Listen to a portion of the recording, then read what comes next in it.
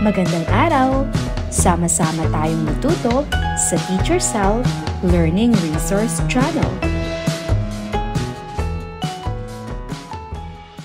Revised K-12 Curriculum, Filipino 2, Quarter 2, Week 5. Ang ating paksa ay pagbibigay ng posibleng wakas ng binasang kwentong bayan. Magandang araw! Kumusta kayo? Sagutin ng bugtong at ipaliwanag ang inyong sagot. Hindi hari, ngunit may koronang nakausli. Ang sagot ay bayabas. Ang bayabas ay may natatanging korona o tila maliliit na dahon sa itaas ng bunga nito, parang isang hari na may korona, ngunit walang kaharian. Ano ang nakikita ninyo sa larawan? Nakakain na ba kayo ng bayabas? Ano ang lasa nito? Ngayong araw ay pag-aaralan natin ang paggamit ng mga salitang high frequency sa pagbuo ng payak na pangungusap na naglalarawan sa karanasan tungkol sa sarili at paaralan, at pagbibigay ng posibleng wakas ng binasang kwentong bayan. Basahin ang sitwasyon, sagutin ang tanong.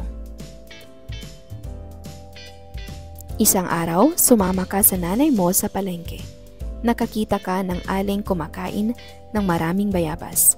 Ano kaya ang posibleng sasabihin ng ale sa iyo? Tama na ang pagkain mo ng bayabas at baka sumakit ang tiyan mo. Ang pagkain ng sobrang daming bayabas ay maaaring magdulot ng kabag, pananakit ng tiyan at pagkairita ng bituka. Kumain lamang ng hinog at malinis na bayabas sa katamtamang dami. Iwasan ang sobrang pagkain sa isang upuan, lalo na kung hilaw. Kung may problema ka sa tiyan, kumonsulta muna bago kumain ng maraming prutas na mataas sa fiber. Basahin ang mga salita. Matamis. Bayabas. Bunga. Pagkain. Nagagalit. Gamitin sa sariling pangungusap ang mga sumusunod na salita, batay sa karanasan ninyo sa loob ng paaralan. Matamis ang nabili kong inumin sa kantina. Sa pagpapatuloy ng ating aralin, basahin natin ang kwentong Alamat ni Juan Tamad. Hahatiin natin ang kwento sa 4 na bahagi. Ang bawat bahagi ay may mga tanong na sasagutan upang mas lalong maunawaan ang kwento. Sa huling bahagi, gagawan ninyo ng posibleng wakas ang kwento. Juan Tamad. Isang araw, sa isang maliit na baryo, naroroon si Juan Tamad na may matinding nais na kumain ng malamig na bunga ng bayabas. Nakain kaya ni Juan ang bayabas na inaasam niya? Bakit o bakit hindi? Sa halip na pitasin ito mula sa puno, pinili niyang maghintay na lamang sa ilalim ng puno at abangan ang pagbagsak ng bunga. Sa palagay mo, tama ba ang ginawa ni Juan na maghintay na lang? Bakit? Ano kaya ang mangyayari kung si Juan ay pinili na lamang pitasin ang bayabas? Habang siya'y nakaupot nag-aabang, biglang dumating si Mariang Masipag, isang dalagang masipag at masinop. Agad nitong pinitas ang bungang inaasam ni Juan Tamad. Ano ang naramdaman ni Juan nang makita niyang pinitas ni Mariang Masipag ang bayabas? Sa palagay mo, tama ba ang ginawa ni Mariang Masipag? Bakit? Nang makita si Juan na bigo sa kanyang planong kumain, nagtampo siya kay Mariang masipag. Bakit nagtampo si Juan kay Mariang masipag? Kung ikaw si Juan, ano ang maaari mong gawin upang maiwasan ang magtampo at magpatawad? Bumuo ng pangkat, iguhit ang napiling wakas ng kwento at ibahagi ito sa klase. Ang pagbibigay ng posibleng wakas ng isang kwento ay mahalaga upang malinang ang kritikal na kaisipan ng mga mambabasa o tagapakinig. Narito ang ilang paraan kung paano magbigay ng wakas ng isang kwento. Pagbibigay ng moral o aral. Kung ang kwento ay may aral, tapusin ito sa pamamagitan ng pagpapakita ng mensahe na nais mong iparating. Wakas na malungkot. Isinasaad ang isang trahedya o pagkatalo ng bida bilang babala o aral. Wakas na masaya, natatapos ito sa positibong paraan kung saan nagtagumpay ang bida. Pangkatang gawain, hatiin ang klase sa 4 na pangkat. Bawat pangkat ay titingin lamang sa larawan na nakapaskil sa screen. Pagkatapos, sagutan ng bawat grupo ang sumusunod na tanong. Para sa unang pangkat, narito ang larawan. Ikalawang pangkat,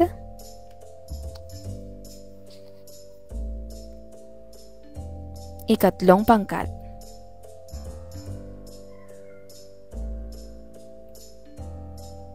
ika-4 na pangkat.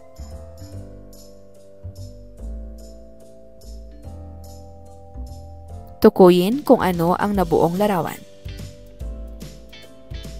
Sa tingin nyo, ano-ano ang nangyari sa larawan?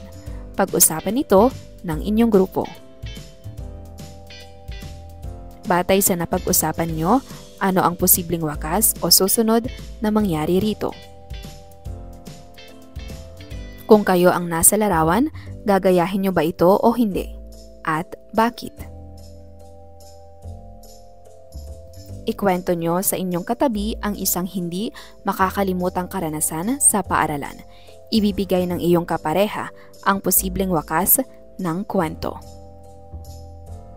Pagkatapos, ako'y tatawag ng 4 na kapareha upang magbahagi ng kanilang kwento. Sa pagbibigay ng katapusan o wakas ng kwento, maaaring gamitin ang pagbibigay ng moral o aral, kung saan ang kwento ay may aral at tapusin ito sa pagpapakita ng mensahe na nais mong iparating. Maaari ring may wakas na malungkot na nagsasaad ng isang trahedya o pagkatalo ng bida bilang babala o aral o wakas na masaya na natatapos sa positibong paraan kung saan nagtagumpay ang bida. Basahin at unawain ang kwento. Piliin ang pinakaakmang pagtatapos ng kwento. Isulat ang letra ng inyong sagot sa sagutang papel. Si Aling Maria ay isang matandang babae na mag-isang nakatira sa liblib na kagubatan. Habang naglalakad siya sa kagubatan, nakita niya ang isang batang lalaki na nahulog sa puno. Tinulungan niya ito. Nagpasalamat naman ang bata at ipinakita ang isang kahon na may kakaibang lihim. Sabi ng bata, ito ang susi sa iyong kinabukasan. Ano ang dapat gawin ni Aling Maria matapos marinig ang sinabi ng batang lalaki? Buksan ang kahon agad at tingnan ang laman. Ibigay ang kahon sa ibang tao sa bayan. Itago ang kahon at huwag itong galawin. Magtanong sa mga tao sa bayan kung anong lihim ng kahon. Ang sagot ay B. Ano kaya ang maaaring mangyari kung buksan ni Aling Maria ang kahon? Makakakita siya ng isang kayamanang magpapabago sa kanyang buhay. A. Magiging masama ang nangyari sa kanya dahil sa hindi tamang paggamit ng kahon. Mawawala ang lahat ng kanyang ari-arian at maguguluhan siya. Matutuklasan niya ang isang lihim na magdudulot ng kapayapaan sa buong bayan. Ang sagot ay C. Matutuklasan niya ang isang lihim na magdudulot ng kapayapaan sa buong bayan. Ano ang mangyayari kung hindi bubuksan ni Aling Maria ang kahon?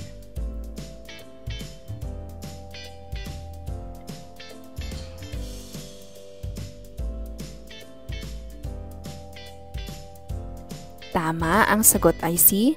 Ang kanyang buhay ay mananatiling hindi magbabago. Ano ang mangyari kung hindi tinulungan ni Aling Maria ang batang lalaki?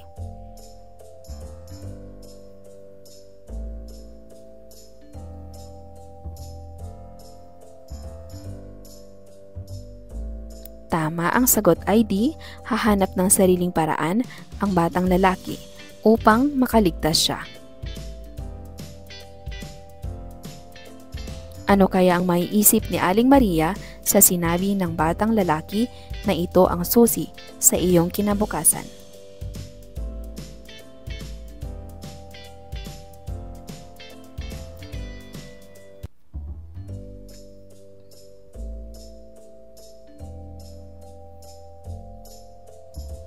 Ang sagot ay C. Matatakot siya sa maaaring mangyari sa hinaharap. Para sa ikalawang araw, pagtukoy ng payak na pangungusap na paturol o pasalaysay. Ano nga ang mga tatlong paraan sa pagbibigay ng posibleng wakas ng nabasang kwentong bayan? Wakas na nag-iiwan ng moral o aral. Wakas na may masaya o wakas na may malungkot na pangyayari. Magbigay ng mga halimbawang sitwasyon upang ipakita ang pagbibigay wakas gamit ang tatlong paraan. Ilarawan nga ninyo ang nangyayari rito.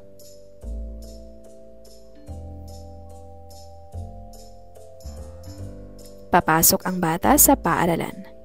Ang bata ay may dalang bag. Nag-aaral ang bata sa mababang paaralan ng Santa Lucia. Sa araw na ito ay pag-aaralan natin ang pagtukoy, ang payak na pangungusap na paturol o pasalaysay.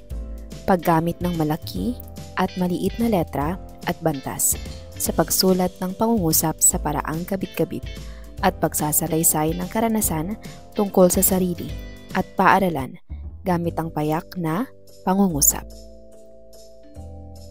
Basahin ang mga pangungusap na ipapakita sa inyo. Gustong kumain ng bayabas ni Juan. Maraming puno ng bayabas sa paaralan. Inabangan ni Juan ang pagbagsak ng bunga. Namitas ng maraming bayabas si Maria. Ano ang napansin nyo sa mga binasang pangungusap?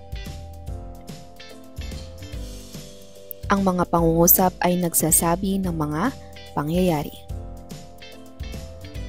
Basahin ang mga pangungusap na paturol o pasalaysay.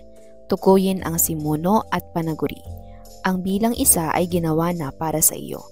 Gawin ito sa mga sumusunod na pangungusap. Si Juan ay kumain ng bayabas. Sino ang may gustong kumain ng bayabas? Si Juan. Anong detalye ang naglalarawan kay Juan? Siya ay kumain ng bayabas. Ang aming paaralan ay may maraming puno ng bayabas. Paaralan, may maraming puno ng bayabas. Si Juan ay nag-aabang ng mga mahuhulog na hinog na bunga ng mangga sa lupa. Si Juan nag-aabang ng mga mahuhulog na hinog na bunga ng mangga sa lupa. Si Maria ay namitas ng maraming bayabas. Maria, namitas ng maraming bayabas. Anong titik nagsisimula ang bawat pangungusap? Anong bantas naman ito nagtatapos? Anong ipinapabatid ng bawat pangungusap? Balikang muli ang kwento at basahin ang mga sumusunod na pangungusap. Ang mga unggoy ay kumakain ng saging. Sino ang kumakain ng saging? Ang mga unggoy. Ito ay ang simuno. Anong detalye ang naglalarawan sa mga unggoy? Ay kumakain ng saging. Ito naman ay ang panaguri. Si Mayor Pascual ay namigay ng mga pagkain. Sino ang nagbibigay ng pagkain? Si Mayor Pascual. Ito ay ang simuno. Anong detalye ang naglalarawan kay Mayor Pascual? Ay namimigay ng mga pagkain. Ito ay ang panaguri. Ang mga isda ay lumalangoy sa karagatan. Ano ang mga lumalangoy sa karagatan? Ang mga isda. Ito ang simuno. Anong detalye ang naglalarawan sa mga isda? Ay lumalangoy sa karagatan. Ito ay panaguri. Ang payak na pangungusap na paturol o pasaraysay ay nagpapahayag ng isang buong diwa na binubuo ng isang simuno at panaguri. Ang pangungusap na ito ay nagsisimula sa malaking letra at nagtatapos sa tuldok. Magbigay ng mga pangungusap na pasalaysay. Isulat ng wasto ang mga sumusunod na pangungusap gamit ang angkop na malalaki at maliliit na letra. Isulat ito sa paraang kabit-kabit. Si Lolo ay nakaupo sa balkonahe ng bahay. Si Juan ay mahilig kumain ng bayabas.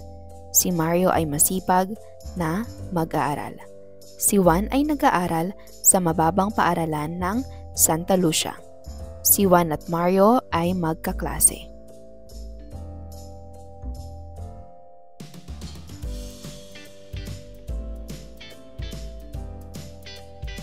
Para sa inyong pangkatang gawain, mahati kayo sa 3 pangkat. Bawat pangkat ay gagamit ng kagamitang nakalaan para sa inyong gawain. Unang pangkat, tukuyin ang pangungusap kung may buong diwa o wala. Isulat ang P kung ito ay pangungusap at TP kung ito ay hindi pangungusap. Naglalakad sa loob ng silid-aralan.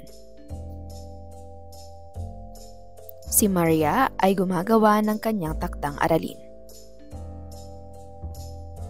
Nakikinig ng mabuti si Joseph sa kanyang guro. Nagtutulungan ang bawat mag-aaral sa mga ibinigay na gawain. Sina Joan at Martha. Narito ang mga inaasahang sagot.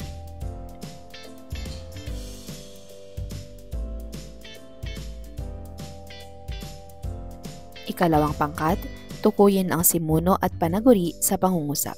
Bilugan ng simuno at silangguhitan ang panaguri. Ang bata ay naglalakad sa loob ng silid-aralan. Si Maria ay gumagawa ng kanyang takdang aralin. Nakikinig ng mabuti si Joseph sa kanyang guro. Nagtutulungan ang bawat mag-aaral sa mga ibinigay na gawain. Sina Joan at Martha ay naglilinis ng kanilang silid-aralan. Narito ang mga inaasahang sagot.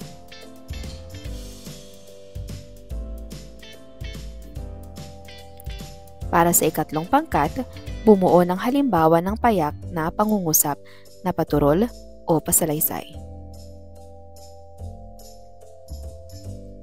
Library trip. Tingnan ang larawan ng silid-aklatan.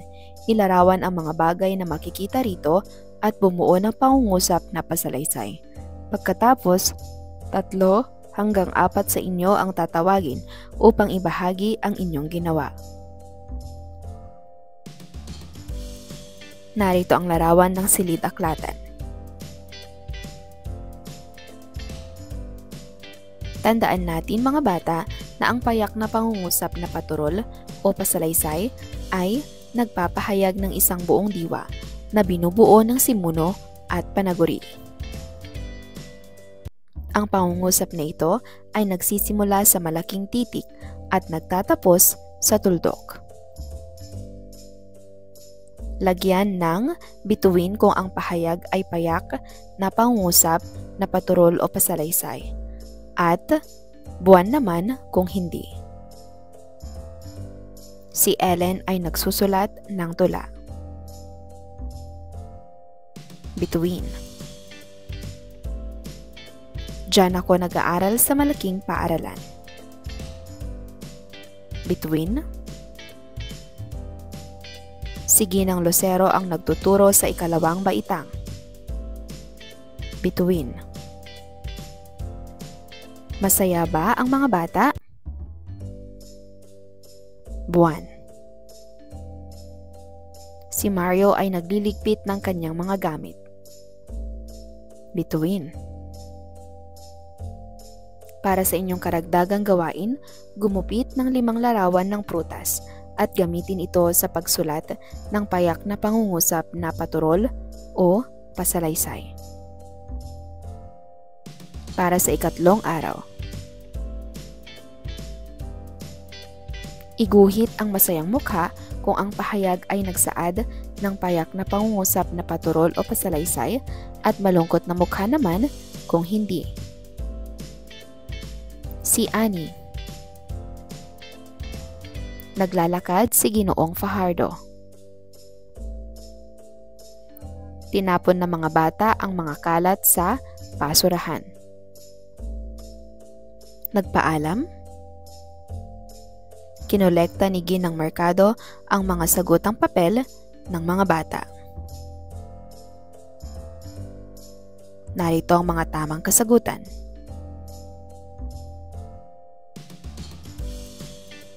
Ngayong araw ay pag-aaralan natin ang paggamit ng mga salitang high frequency sa pagbuo ng payak na pangungusap na naglalarawan sa karanasan tungkol sa sarili at paaralan, pagbibigay ng posibleng wakas ng binasang kwentong bayan at pagbibigay ng sanhi at bunga ng teksto. Lagyan ng check kung ang mga pahayag ay nagpapakita ng pagmamahal sa magulang at X naman kung hindi. Aalagaan ang mga magulang kapag sila ay may sakit. Check. Pagsunod sa utos ng nanay at tatay. Check. Pagdadabog kapag inuutusan. X. Pag-aaral ng mabuti. Check. Hintayin si nanay na magligpit ng mga kalat sa bahay. X. Basahin ang mga salitang mula sa kwentong babasahin. Lugaw. Nagkasakit. Naglalaro. Paalala. Mahal. Gamitin ang mga salitang ito sa pagbuo ng pangungusap tungkol sa pagsasalaysay ng karanasan sa sarili at paaralan. Masarap ang lugaw na luto ng inay. Sa pagpapatuloy ng ating aralin, basahin natin ang kwentong Alamat ng Pinya. Ito ay isang sikat na kwentong bayan sa Pilipinas. Ito ay nagsasalaysay ng mag-ina na sina Aling Rosa at Pinang. Ang kwentong ito ay nagbibigay ng malalim na aral sa mga mambabasa tungkol sa pagpapahalaga sa buhay at pagpapakumbaba. Hahatiin natin ang kwento sa 4 na bahagi. Ang bawat bahagi ay may mga tanong na sasagutan upang mas lalong maunawaan ang kwento. Sa huling bahagi, gagawa ninyo ng posibleng wakas ang kwento. Ang alamat ng pinya. Sa isang malayong lugar, nakatira sina Aling Rosa at ang kanyang nag-iisang anak na si Pinang. Mahal na mahal siya ng kanyang ina, kaya't lumaki siya sa layaw. Gusto ng ina na matuto ng gawaing bahay si Pinang, ngunit palagi itong nagdadahilan na alam na niya ang mga gawain. Sino ang mga pangunahing tauhan sa kwento? Ano ang problema ni Aling Rosa tungkol kay Pinang? Tama ba ang pag-uugali ni Pinang? Bakit? Nagkasakit si Aling Rosa at hindi makabangon. Inutusan niya si Pinang na magluto ng lugaw. Ngunit nasunog ito dahil naglalaro lamang si Pinang. Pinaalalahanan siya ng kanyang ina. Pagkaraan, palaging nagtatanong si Pinang kung nasaan ang mga bagay sa bahay, imbes na hanapin. Ano ang ginawa ni Pinang sa halip na mag-ingat sa pagluluto? Ano ang madalas na problema ni Pinang kapag gumagawa sa bahay? Dapat ba na laging nagtatanong kapag may nawawala? Ano ang mas magandang gawin? Dahil sa dami ng tanong ni Pinang, nainis si Aling Rosa at nasabi niyang sana'y magkaroon ka ng maraming mata para makita mo ang lahat ng hinahanap mo. Hindi na nagsalita si Pinang at lumabas ng bahay. Kinagabihan, nawala si Pinang at hindi na nakauwi. Ano ang nasabi ni Aling Rosa sa anak niya? Paano kaya nakaramdam si Pinang sa narinig niyang iyon? Ano ang naramdaman ni Aling Rosa nang hindi na makabalik si Pinang?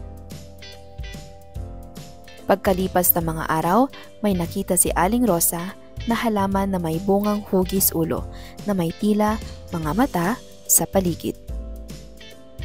Naalala niya si Pinang at ang sinabi niyang nais itong magkaroon ng maraming mata. Tinawag niya ang bunga na Pinang na kalaunay naging pinya. Anong halaman ang tumubo sa bakuran ni Aling Rosa? Bakit naisip ni Aling Rosa na ito ay si Pinang? Ano ang natutunan ni Aling Rosa at nang mambabasa mula sa nangyari? Kung bibigyan ng posibleng wakas ang kwento, ano kaya ito? Mga pangungusap na may sanhi at bunga.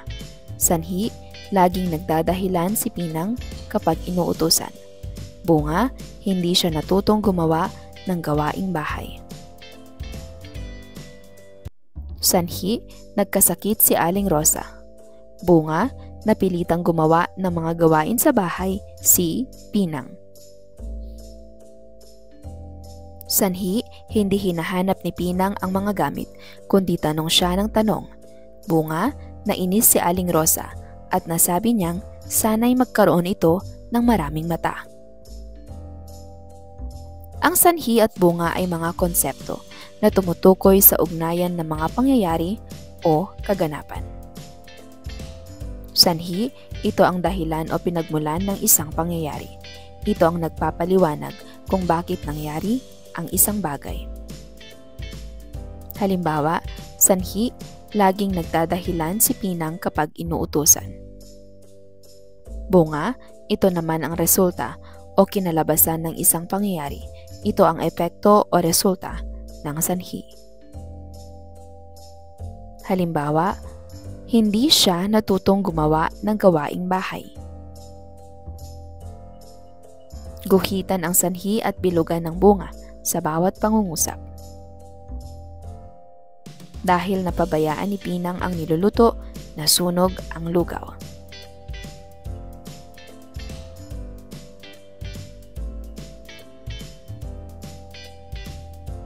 Palaging nagtatanong si Pinang sa kanyang ina, kaya't nainis si Aling Rosa.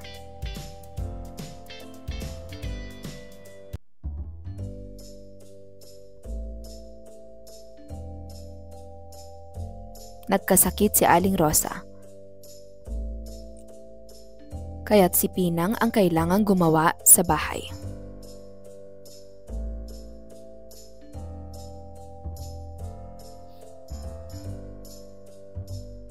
Hindi hinahanap ni Pinang ang kanyang mga gamit, kaya lagi siyang nagtatanong.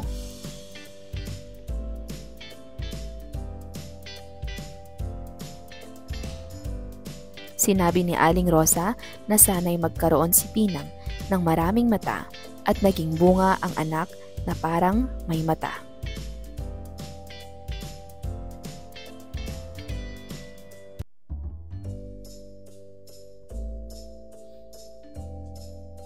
Tandaan natin mga bata na ang sanhi at bunga ay mga konsepto na tumutukoy sa ugnayan ng mga pangyayari o kaganapan. Ang sanhi ay tumutukoy sa dahilan o pinagmulan ng isang pangyayari. Ito ang nagpapaliwanag kung bakit nangyari ang isang bagay. Samantala, ang bunga naman ay ang resulta o kinalabasan ng isang pangyayari. Ito ang epekto o resulta ng sanhi. Iguhit mo. Lunes ng umaga, biglang umulan pagpasok mo sa paaralan. Wala kang dalang payong. Ano ang maaaring mangyari o maging bunga nito? Iguhit ang iyong sagot at ibahagi ito sa klase.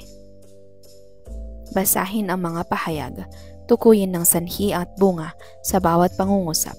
Pagtapatin ng hanay A sa angkop na sagot nito sa hanay B.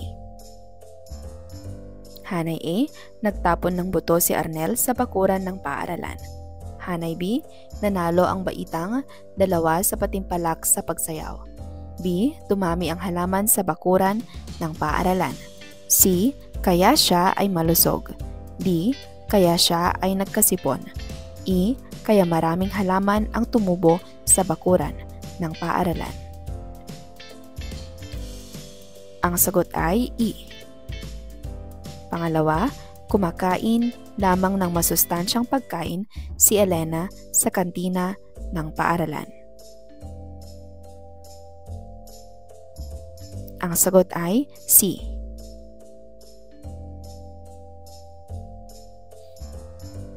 Naglaro si Annie sa palaruan ng paaralan habang umuulan.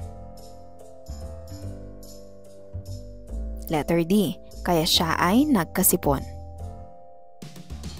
Nagtanim ng mga halaman sina Marco at Armando sa bakuran ng paaralan. B, dumami ang halaman sa bakuran ng paaralan. Nag-ensayo ang baitang 2 sa nalalapit na patimpalak sa pagsayaw. A, nanalo ang baitang 2 sa patimpalak sa pagsayaw. Magtala ng isang pangyayari o suliranin sa paaralan. Sumulat ng 5 sanhi at bunga ukol dito. Para sa ika-4 na araw. Kumusta kayo? Tinalakay natin kahapon ang sanhi at bunga. Para masigurado ang pagkatuto, magkaroon tayo ng isang pagbabalik-aral. May ipapakita akong 2 salita. Tukuyin kung ito ay sanhi o bunga. Tumalo ng 2 beses kung ito ay sanhi at isa naman kung ito ay bunga. Ulan, baha. Gutom, nagkasakit.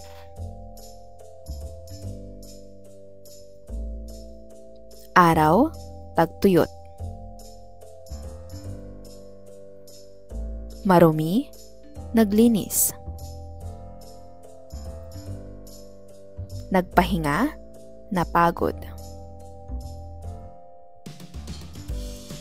Ngayong araw ay pag-aaralan natin ang pagtukoy ng payak na pangungusap, na paturol o pasalaysay, at patanong, paggamit ng malaki at maliit na letra at bantas sa pagsulat ng pangungusap sa paraang kabit-kabit, at paggamit ng iba't ibang ekspresyon at angkop na pananalita sa pagpapakilala ng sarili at pagsasalaysay ng karanasan tungkol sa sarili at paaralan gamit ang payak na pangungusap.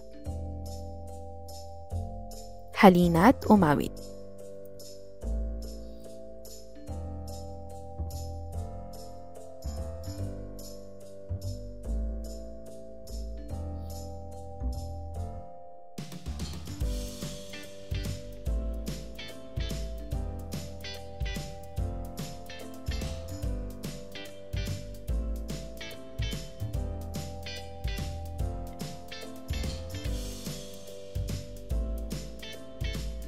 Tungkol saan ang awiting pinakinggan? Ano-ano ang detalyeng hinihingi nito? Paano hiningi ang mga detalye? Tama ang inyong mga sagot. Ang awitin ay tungkol sa pagpapakilala nating lahat. Sa tingin nyo, bakit kailangan nating magpakilala sa isa't isa? Halina't magbasa. Magandang umaga po. Ano ang pangalan mo? Saan ka nakatira? Ilang taon ka na? Ano ang pangalan ng nanay mo? Ano ang pangalan ng tatay mo? Tandaan na ginagamit ang mga katanungang ito para makakuha ng mga impormasyon. Hatiin natin ang buong klase sa pagbabasa ng usapan. Babasahin ng mga lalaki ang mga linya ni Ginang Rivero at mga babae naman ang para kay Fina. Magandang umaga po, Ginang Rivero. Magandang umaga rin sa'yo. Ano pala ang pangalan mo, iha? Ako po ay si Fina, Ginang. Ilang taon ka na? Ako po ay 8 taong gulang na, Ginang. Saan ka nakatira? Ako po ay nakatira sa sitio ng Santa Lucia. Ang layo pala ng bahay niyo. Sinusundo ka ba ng nanay o tatay mo? Opo, sinusundo po ako ni nanay tuwing hapon pagkatapos po ng klase. Mabuti naman, Fina. Tungkol saan ang pag-uusap ni Fina at Ginang Rivero? Tungkol sa pagpapakilala ni Fina kay Ginang Rivero. Ano ang inyong mga napansin sa mga pangungusap? Ang mga pangungusap ay nagtatanong at nagtatapos sa tandang pananong. Noong Lunes, natalakay natin ang payak na pangungusap na paturol o pasalaysay. Ngayon naman ay aalamin natin ang pangungusap na patanong. Ang pangungusap na patanong ay ang pangungusap na nagtatanong o nag-uusisa. Ang salita na karaniwang ginagamit sa panimula ng pangungusap na patanong ay tinatawag na mga pananong na salita. Ang mga ito ay ano, sino, kailan, saan, paano at bakit. Nagsisimula ito sa malaking titik at nagtatapos sa bantas na tandang pananong. Halimbawa, sino ang nagbigay ng regalo kay Ana? Iwas to ang pagsulat sa mga sumusunod na pangungusap sa patanong at isulat ito sa paraang kabit-kabit.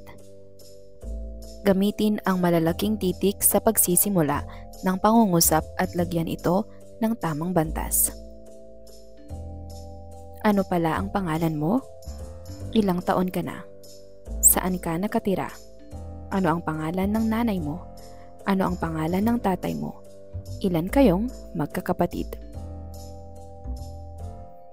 Narito ang mga inaasahang sagot. Humanap ng kapareha. Gumawa kayo ng pag-uusap na may tanong at sagot tungkol sa pagpapakilala ng sarili. Mayroon kayong 2 minuto upang ihanda ito. Pagkatapos, ipakilala ang sarili sa inyong kapareha. Wala ng klase ngunit bigla kang nagutom. Ano ang itatanong mo sa tindera kung nais mong bumili sa kantina? Tandaan, ang pangungusap na patanong ay ang pangungusap na nagtatanong o nag-uusisa. Nagsisimula ito sa malaking titik at nagtatapos sa bantas na tandang pananong. Ang salita na karaniwang ginagamit sa panimula ng pangungusap na patanong ay tinatawag na mga pananong na salita. Ang mga ito, ano, sino, kailan, saan, paano, bakit, magkano, ilan, alin, at iba pa. Isulat ang PL kung ang pangungusap ay paturol o pasalaysay at PT naman kung ito ay patanong. Bakit hindi natutong gumawa ng gawaing bahay si Pinang? PT. Nasunog ang lugaw na niluto ni Pinang. PL. Bakit nagkaroon ng maraming mata ang bunga ng halaman? PT. Ano-ano ang mga gamit na hindi makita ni Pinang? PT. May halamang tumubo sa bakuran ni Aling Rosa. PL.